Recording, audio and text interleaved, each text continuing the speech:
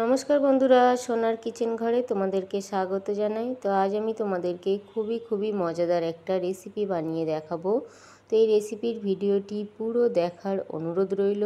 আর রেসিপিটি যদি ভালো লাগে কমেন্ট করো, লাইক শেয়ার সাবস্ক্রাইব করে আমার পাশে থেকো।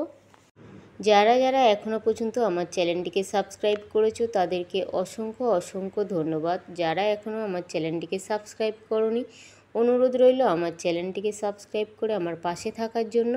যারা আমার ফেসবুক পেজ থেকে দেখছো তাদের কাছে অনুরোধ রইল ফেসবুক পেজটা একটা লাইক দিয়ে একটু ফলো করে দেওয়ার জন্য। তো রেসিপিটি বানানোর জন্য এখানে দেখো আমি সয়াবিনটা ভিজিয়ে রেখেছি। এখানে আমি আমার পরিমাণ মতন সয়াবিন নিয়েছি, তোমরা কিন্তু কমিয়ে কিংবা বাড়িয়ে নিতে পারো। তো এখানে সয়াবিনটা আমি কিছুক্ষণ ভিজিয়ে রেখেছিলাম। ভিজিয়ে রাখার পরে গ্যাসের মধ্যে আমি একটা কড়াই বসিয়ে দিয়েছি। কড়াইতে আমি একটু জল দিয়ে দিয়েছি। ওই জলের মধ্যে আমি একটু নুন দিয়ে দিলাম।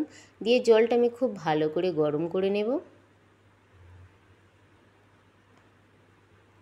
জলটা খুব ভালোভাবে গরম হয়ে যাওয়ার পরে ওই জলের মধ্যে আমি ভেজানো সয়াবিনটা দিয়ে দেব। সয়াবিনটা রান্না করার আগে একটু ভিজিয়ে রাখলে সয়াবিনটা কিন্তু খুবই ভালো হয়। তো এখানে গরম জলের মধ্যে আমি সয়াবিনটা দিয়ে দিলাম। দিয়ে আমি 5 মিনিটের মতন সয়াবিনটা সিদ্ধ করে নেব। তো এখানে দেখো সয়াবিনটা কিন্তু সিদ্ধ হয়ে গেছে, খুব বেশি সিদ্ধ করার দরকার নেই, 5 মিনিটের মতন সিদ্ধ করে নিলেই হবে।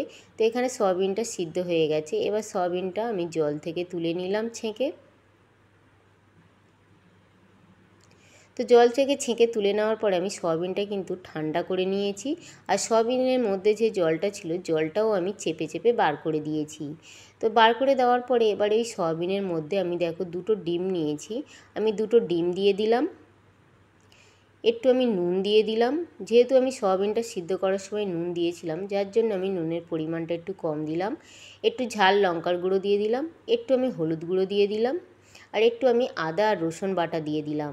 দিয়ে এবার খুব ভালো করে সয়াবিনের সঙ্গে এই নুন হলুদ লঙ্কার গুঁড়ো ডিম আমি খুব ভালো করে মাখিয়ে নেব। মাখিয়ে আমি কিছুক্ষণ 5 থেকে 7 মিনিট আমি রেখে দেবো এই সয়াবিনটা এইভাবে। তারপরে দেখো আমি গ্যাসের মধ্যে একটা কড়াই বসিয়ে দিয়েছি। কড়াইয়ের মধ্যে আমি একটু সর্ষের তেল দিয়ে দিয়েছি। সর্ষের তেলটা আমি খুব ভালো করে গরম করে নিলাম। গরম করে নেওয়ার পরে আমি যে ডিম মাখিয়ে রেখে দিয়েছিলাম সয়াবিনটা, 5 থেকে 7 মিনিট পরে আমি ফিরে এসে আমি ওই সয়াবিন আর ডিম মাখানোটা আমি দিয়ে দিলাম। ওই ডিম মাখানো সয়াবিনটা আমি তেলের মধ্যে দিয়ে দিলাম। দিয়ে এবারে আমি গ্যাসটা কমিয়ে দিয়ে এই সয়াবিনটা খুব ভালো করে ভেজে নেব লাল লাল করে।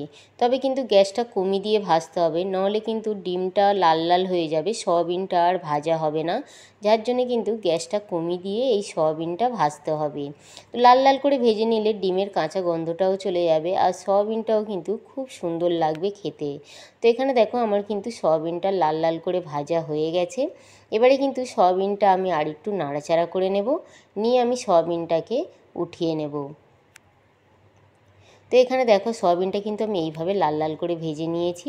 এবার এই সয়াবিনটাকে আমি উঠিয়ে নিলাম কড়াই থেকে সয়াবিনটা উঠিয়ে নেওয়ার পরে আবারও আমি একটু সর্ষের তেল দিয়ে দিলাম।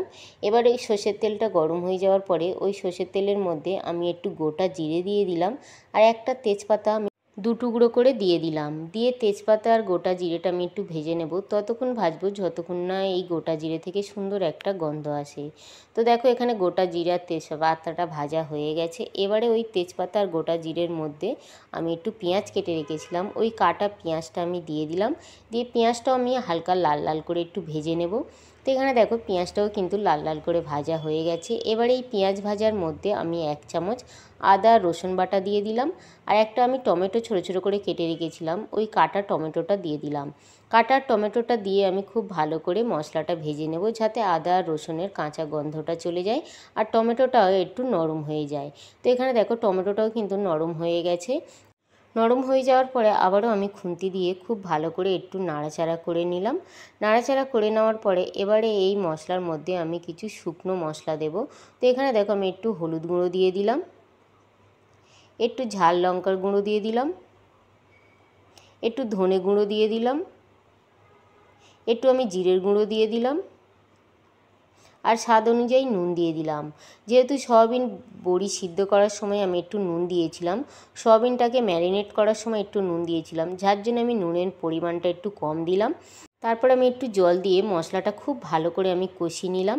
মশলাটা কষানো হয়ে যাওয়ার পরে মশলা দিয়ে দেখো তেল ছেড়ে দিয়েছে। তো আবারও আমি একটু খুব ভালো করে নাড়াচাড়া করে মশলাটাকে কষিয়ে নিলাম। মশলাটা কষানো হয়ে যাওয়ার পরে এই মশলার মধ্যে আমি দেখো দুটো আলু আগে দিয়ে সিদ্ধ করে রেখেছিলাম, ওই সিদ্ধ করা আলুটা আমি দিয়ে দিলাম। তবে তোমরা চাইলে কিন্তু আলুটা নাও দিতে পারো, কিংবা আলুটা যদি দাও ভেজেও দিতে পারো। তো আমি এখানে সিদ্ধ করে রেখেছিলাম, যার জন্য আমি সিদ্ধ করা আলুটা দিয়ে দিলাম।